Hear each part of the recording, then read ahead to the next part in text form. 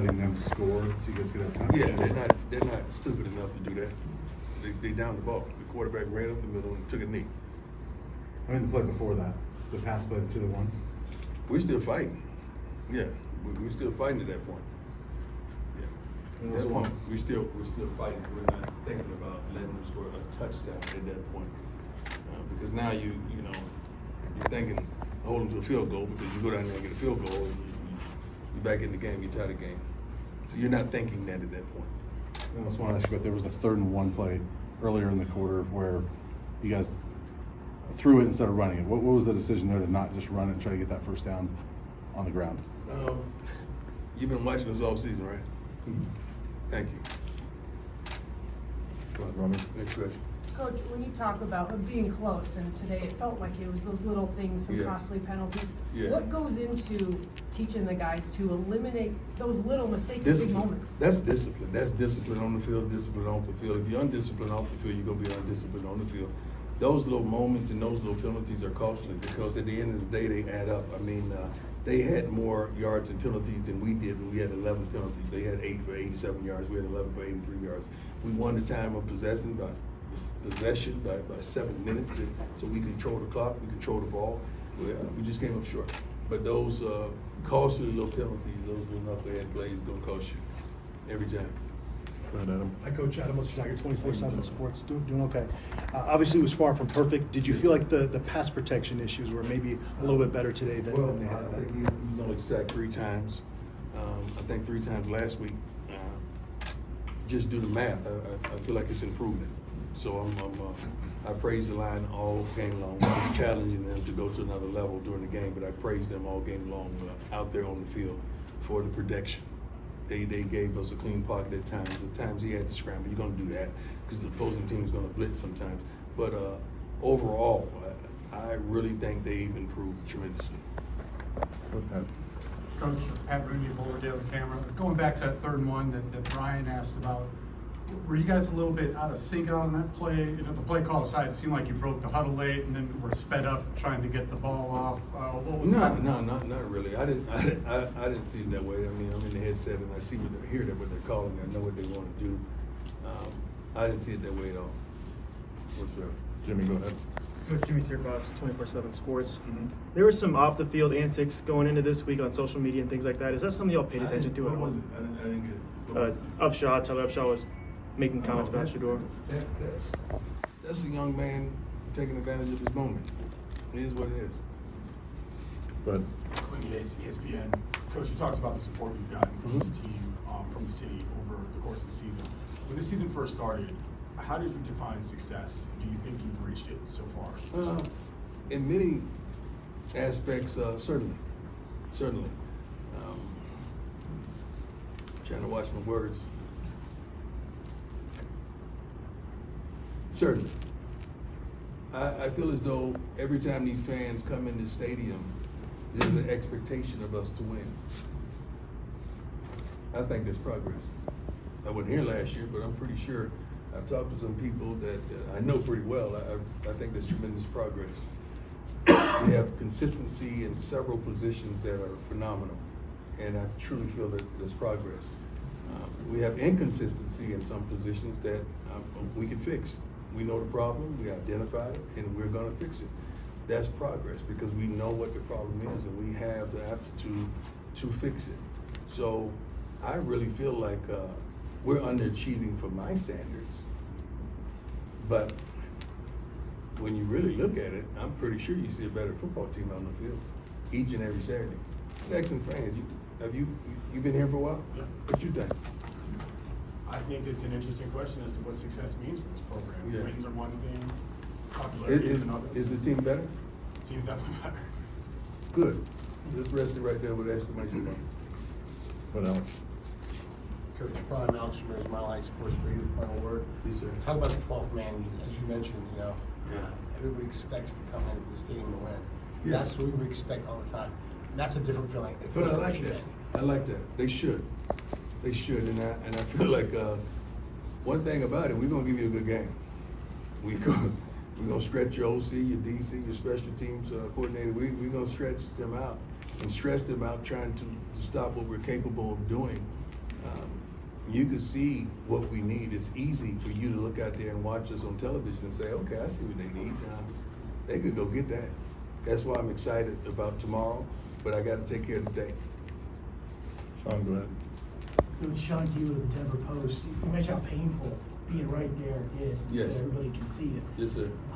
What factor do you think game management plays in that, or what do you say to people who say, maybe that needs tightening, maybe that needs this? Everything needs tightening. I mean, I'm not perfect. We're not perfect by any means. You can always second guess everything, but if you're on a headset and you're hearing things and you're seeing what's happening and you know your shortcomings and you know the positive that you have, you may have a whole different perspective if you can hear and see what's transpiring. Shoot, 11 penalties played a tremendous role, and they're not coached to do that. So please take that in consideration. They're not coached to hit a quarterback late. They're not coached to jump offside. They're not coached to hold. Nobody does that. That just happens. That's part of the game. We just got to be a little more disciplined in those moments. Go, Jack. Hey, Coach, Jack Harlow. How you doing, sir? Ramani McLean got the start off Yeah. Travis Hunter at cornerback. Just Yeah. what's he done the past couple of weeks during that? He's been a lot more focused, a lot more understanding of the expectation and what we want from him. That we've challenged him tremendously all year long, and he stood up to the task over the last probably week and a half. I'm really, really proud of Ramani. I really am. He's come a long way just to get on the field and stay on the field consistently. And I hadn't watched the film as of yet, but what I saw with the naked eye, he played a viable game. With his play, we could have won. Couple more, go ahead, Ariel. Ariel Zoo, 9 News. I know that it's one game at a time, but now you're down to 2 games left in order to get that 6-game Right. threshold for a bowl. What message do you really have for the team to just try to get these next 2 games and to leave there with the Ariel, 6 it's not about the next 2 games. It's about 1 game at a time. It's about doing the little things to win 1 game at a time. It's about winning the personal battles 1 play at a time. It's about dominating the guy in front of you and whooping the guy in front of you and being successful versus the guy in front of you. Now, when you get 11 persons on the same page to do that, then that play is successful. So we got to win the down. We got to win the series. We got to win the quarter. We got to win the half. Then we win the game. After we win the game, we do it all over again. So we're not thinking about bowls or we're thinking about just doing what we need to do to improve. And each week I see improvement in certain areas, and each week I see that we got to improve in certain areas. But we sit up here week in and week out, and it's a situation where we could have won. We could have won the darn game. And I like that we should have won. I'm tired of we could have won. I'm tired of that part. But we should have won. Is that frustrating? Very. It ain't no lose in me. It don't sit well with me. It don't rock well with me. It don't lay down with me. I have no lose in me. And we have some phenomenal men in that locker room that feel the same way. We just got to be a lot more disciplined and understand what's at hand and stand up to the task on every darn play. And we're going to get there. I promise you, we're going to get there. I don't know when we're going to get there, but baby, we're going to get there. Hi, Coach. Troy Finnegan, CU Sports Report. There are a pair of 4th and 1s in the second half, one in the third quarter and one after the third one that Brian asked about. You opted to punt on both of those. From your perspective, with the way the game was going, what was the rationale behind playing it safe there? What if you don't get those? What happens? The other team gets momentum, they go down and score. Now you saying, oh my God, he should have. You guys, you gonna second guess every darn thing. I got it. I'm at practice every day. I know these young men. I'm on the headsets. I hear the calls. I know what's transpiring right there. I know the feeling and the mood of the team. Just so happens, I think we punted the ball to what? Two? And then we held them and they had to punt. What happened after that? Touchdown. We scored? Oh, you didn't say nothing about that? I think that was a pretty good decision, wasn't it? In my favor, right? Can we start off with that, about that great decision you made, Coach? I don't need you to slap me on my back, because I'm good, because my arms can reach back there. But I really just want you to understand, these decisions are based on knowledge. We're not guessing. They're based on what we do in practice and the situations we have in practice. I have situations in practice that I will say 4th and 1 on this yard line. Now, if we don't get it consecutively, what do you think I'm going to do in the game? That's what I did. Go ahead. Hey, Coach, Tyler King with the Denver Gazette. You guys had 24 points and 250 yards in the first half on offense. I know you say it's been a collaborative effort all season for the offensive coaching staff, Yeah. but an extra week for Coach Shermer in this new role, Good. did that help at all? Tremendously. I think you saw it. I mean, we're not doing tempo. We're not as tempo as we once were, because instead of going fast, I want them to get it right. And they did a phenomenal job. They did a good enough job for us to win. We just got to support them defensively. That's it. I think he called a phenomenal game. He really did. And they called a phenomenal game, because it's a collaborative effort when you hear it on the set. They're really working together as one, and they're unified. So it was a great effort. We're not at, rather, if you know it or not, we're not at odds around here. I don't play that. I got to do what's best for this fan base, for the school, for our AD, for our team.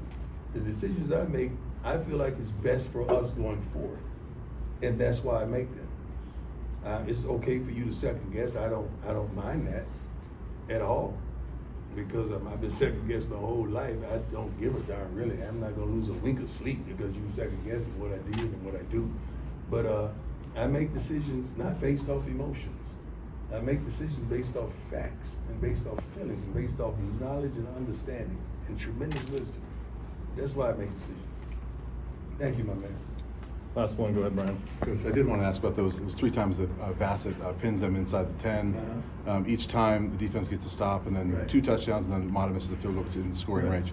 We've been waiting all season to see complimentary football. So how pleased are you when you talk about the progress? Are you pleased to see that finally come about? And Yeah. I mean, we still hadn't shown up together in one game yet. What I mean by that is the offense play their butts off, the defense play their butts off, and special teams play their butts off. We still hadn't done that as of yet, but it was close. Special teams did its part, and what we scored, 31 points? Yeah. That should be enough to win the football game. That was the challenge that I gave them at the beginning of the week.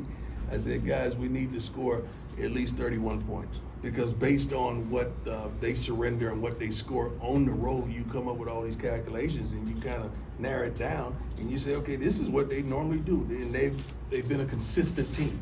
So that was the number. 31, and I feel like we would win if we scored 31 points, and we came up short. All right, thank you, Coach. Thank you. God bless you all. Have a wonderful evening.